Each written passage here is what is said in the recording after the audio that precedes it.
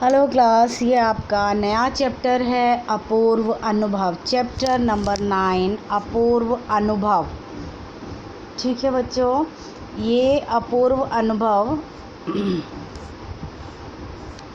अध्याय के बारे में है कि तोत्तो चान जो है वो एक साहित्य की अमूल्य निधि है जो मूलतः जापानी भाषा में लिखी गई है। यह एक अद्भुत पाठशाला और उसमें पढ़ने वाले बच्चों की कहानी है। लेखिका स्वयं इस पाठशाला की छात्रा थी। इन्हीं के बचपन के अनुभवों पर आधारित है पुस्तक तोत्तो चान का यह अंश अपूर्व अनुभव। सभागार में शिविर लगने के 2 दिन बाद तोत्तो चान के लिए एक बड़ा साहस करने का दिन आया। इस दिन उसे यासुकी चान से मिलना था। इस भेद का पता ना तो तोत्तो चान के पिता को था और ना ही यासु चान के। उसको यासुकी चान को अपने पेड़ पर चढ़ने का न्योता दिया था। तोमोई में हर एक बच्चा बाग में एक एक पेड़ को अपने खुद के चढ़ने का पेड़ मानता था। तोत्तो चान का पेड़ मैदान के बाहरी हिस्से में कोहोनबुत्स जाने वाली सड़क के पास था। बड़ा सा पेड़ था उसका। चढ़ने जाओ तो पैर फिसल फिसल जाते, पर ठीक से चढ़ने पर ज़मीन से कोई 6 फुट की ऊंचाई पर एक द्विशाखा तक पहुंचा जा सकता था। द्विशाखा मतलब जहां से 2 शाखाएं निकल रही हों, बिल्कुल किसी झूले सी आरामदेह जगह थी यह। तोत्तो चान अक्सर खाने की छुट्टी के समय या स्कूल के बाद ऊपर चढ़ी मिलती। यहाँ से वह सामने दूर तक ऊपर आकाश को या नीचे सड़क पर चलते लोगों को देखा करती थी। बच्चे अपने अपने पेड़ को निजी संपत्ति मानते थे। किसी दूसरे के पेड़ पर चढ़ना हो तो उससे पहले पूरी शिष्टता से माफ़ कीजिए, क्या मैं अंदर आ जाऊं, पूछना पड़ता था। यासुकी चान को पोलिया था, इसलिए वह न तो किसी पेड़ पर चढ़ पाता और न किसी पेड़ को निजी संपत्ति मानता था। अतः तोत्तो चान ने उसे अपने पेड़ पर आमंत्रित किया था, पर यह बात उन्होंने किसी से नहीं कही, क्योंकि अगर बड़े सुनते तो ज़रूर डांटते। घर से निकलते समय तोत्तो चान ने माँ से कहा कि वह यासुकी चान के घर डेनेनचोफू जा रही है। चूँकि वह झूठ बोल रही थी, इसलिए उसने अपनी माँ की आंखों में नहीं झांका। वह अपनी नज़रें जूतों के फीते पर ही गड़ाए रही। रॉकी उसके पीछे पीछे स्टेशन तक आया। जाने से पहले उसे सच बताए बिना तोत्तो चान से नहीं रहा गया। मैं यासुकी चान को अपने पेड़ पर चढ़ने देने वाली हूँ, उसने कहा। जब तोत्तो चान स्कूल पहुँची तो रेल पास के उसके गले के आसपास हवा में उड़ रहा था। यासुकी चान उसे मैदान में क्यारियों के पास मिला। गर्मी की छुट्टियों के कारण सब सूना पड़ा था। यासुकी चान उससे कुल जमा 1 ही वर्ष बड़ा था, पर तोत्तो चान को वह अपने से बहुत बड़ा लगता था। जैसे ही यासुकी चान ने तोत्तो चान को देखा, वह पैर घसीटता हुआ उसकी ओर बढ़ा। उसके हाथ अपनी चाल को स्थिर करने के लिए दोनों ओर फैले हुए थे। तोत्तो चान उत्तेजित थी। वे दोनों आज कुछ ऐसा करने वाले थे जिसका भेद किसी को भी पता न था। वह उल्लास में ठिठियाकर हंसने लगी। यासुकी चान भी हंसने लगा। तोत्तो चान यासुकी चान को अपने पेड़ की ओर ले गई और उसके बाद वह तुरंत चौकीदार के छप्पर की ओर भागी, जैसा उसने रात को ही तय कर लिया था।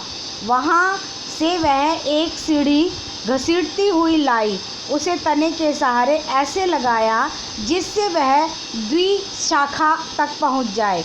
वह कुर्सी से ऊपर चढ़ी और सीढ़ी के किनारे को पकड़ लिया। तब उसने पुकारा, ठीक है, अब ऊपर चढ़ने की कोशिश करो। यासुकी चान के हाथ पैर इतने कमज़ोर थे कि वह पहली सीढ़ी पर भी बिना सहारे के नहीं चढ़ पाया। इस पर तोत्तो चान नीचे उतर आई और यासुकी चान को पीछे से धकियाने लगी। धकियाने मतलब धक्का देने लगी। पर तोत्तो चान की छोटी सी और नाजुक सी इससे अधिक सहायता क्या करती। यासुकी चान ने अपना पैर सीढ़ी पर से हटा लिया और हताशा से सिर झुकाकर खड़ा हो गया। तोत्तो चान को पहली बार लगा कि काम उतना आसान नहीं है जितना वह सोचे बैठी थी। अब क्या करे वह? यासुकी-चान उसके पेड़ पर चढ़े, यह उसकी हार्दिक इच्छा थी। यासुकी-चान के मन में भी उत्साह था। वह उसके सामने गई। उसका लटका चेहरा इतना उदास था कि तोतो-चान उसे हंसाने के लिए गाल फुलाकर तरह तरह के चेहरे बनाने पड़े।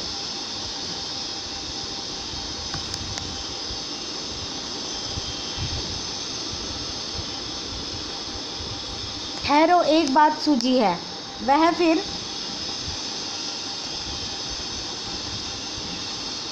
फिर चौकीदार के छप्पर की ओर दौड़ी और हर एक चीज़ उलट पलट कर देखने लगी। आखिर उसे 1/3 सीढ़ी मिली, जिसे थामे रहना भी ज़रूरी नहीं था। वह तिपाई सीढ़ी को घसीट कर ले आई और अपनी शक्ति पर हैरान होने लगी। तिपाई की ऊपरी सीढ़ी द्विशाखा तक पहुंच रही थी। देखो, अब डरना मत, उसने अपनी बड़ी बहन की सी आवाज़ में कहा। वह डगमगाएगी नहीं। यासुकी-चान ने घबराकर तिपाई सीढ़ी और पसीने से तरबतर तोतो-चान की ओर देखा। उसे भी काफ़ी पसीना आ रहा था। उसने पेड़ की ओर देखा और तब निश्चय के साथ पाँव उठाकर पहली सीढ़ी पर रखा। उन दोनों को यह बिल्कुल भी पता न चला कि कितना समय यासुकी-चान को ऊपर तक चढ़ने में लगा। सूरज का ताप उन पर पड़ रहा था, पर दोनों का ध्यान यासुकी-चान के ऊपर तक पहुंचने में रमा था। तोतो-चान नीचे से उसका एक एक पैर सीढ़ी पर धरने में मदद कर रही थी। उसके सिर से वह उसके पिछले हिस्से की ओर स्थिर करती रही। यासुकी-चान पूरी शक्ति के साथ जूझ रहा था और आखिर वह ऊपर पहुंच गया। हुर्रे! पर उसे अचानक सारी मेहनत बेकार लगने लगी। तोतो-चान तो सीढ़ी पर से छलांग लगाकर द्विशाखा तक पहुंच गई, पर यासुकी-सान को सीढ़ी से पेड़ पर लाने की हर कोशिश बेकार रही। यासुकी-चान सीढ़ी थामे तोतो-चान की ओर ताकने लगी। तोतो-चान की रुलाई छूटने को हुई। उसने चाहा कि यासुकी-चान को अपने पेड़ पर आमंत्रित कर तमाम नई नई चीज़ें दिखाए, पर वह रोई नहीं। उसे डर था कि उसके रोने पर यासुकी-चान भी रो पड़ेगा। उसने यासुकी-चान का पोलियो से पिचकी और अकड़ी उंगलियों वाला हाथ अपने हाथ में थाम लिया। उसके खुद के हाथ से वह बड़ा था, उंगलियां भी लंबी थी। देर तक तोतो-चान उसका हाथ थामे रही, तब बोली, तुम लेट जाओ, मैं तुम्हें पेड़ पर खींचने की कोशिश करती हूँ। उस समय द्विशाखा पर खड़ी तोतो-चान द्वारा यासुकी-चान को पेड़ की ओर खींचते अगर कोई बड़ा देखता तो वह ऊपर डर के मारे चीख उठता। उसे वे सच में जोखिम उठाते ही दिखाई देते, पर यासुकी-चान को तोतो-चान पर पूरा भरोसा था और वह खुद भी यासुकी-चान के लिए भारी खतरा उठा रही थी। काफ़ी मेहनत के बाद दोनों आमने सामने पेड़ की द्विशाखा पर थे। पसीने से तरबतर अपने बालों को चेहरे पर से हटाते हुए तोतो-चान ने सम्मान से झुककर कहा, मेरे पेड़ पर तुम्हारा स्वागत है। यासुकी-चान डाल के सहारे खड़ा था। कुछ झिझकता हुआ वह मुस्कुराया। तब उसने पूछा, क्या मैं अंदर आ सकता हूँ? उस दिन यासुकी-चान ने दुनिया की एक नई झलक देखी, जिसे उसने पहले कभी न देखा था। तो ऐसा होता है पेड़ पर चढ़ना, यासुकी-चान ने खुश होते हुए कहा। वे बड़ी देर तक पेड़ पर बैठे बैठे इधर उधर की गप्पे लड़ाते रहे। मेरी बहन अमेरिका में है, उसने बताया कि वह एक चीज़ होती है टेलीविज़न। यासुकी-चान उमंग से भरा बता रहा था। वह कहती है कि जब जापान में आ जाएगा तो हम घर बैठे बैठे ही सुमो कुश्ती देख सकेंगे। वह कहती है कि टेलीविज़न एक डिब्बे जैसा होता है। तोतो-चान उस समय यह न समझ पाई कि यासुकी-चान के लिए जो कहीं भी दूर तक चल नहीं सकता था, घर बैठे चीज़ों को देख लेने के क्या अर्थ होंगे। वह तो यह भी सोचने लगी कि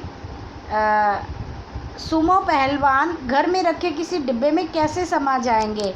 उनका आकार तो बड़ा होता है, पर बात उसे बड़ी लुभावनी लगी। उन दिनों टेलीविज़न के बारे में कोई नहीं जानता था। पहल यासुकी-चान ने ही तोतो-चान को उसके बारे में बताया था। पेड़ मानो गीत गा रहे थे और दोनों बेहद खुश थे। यासुकी-चान के लिए पेड़ पर चढ़ने का यह पहला और अंतिम मौका था। ये चैप्टर आपका कंप्लीट हुआ।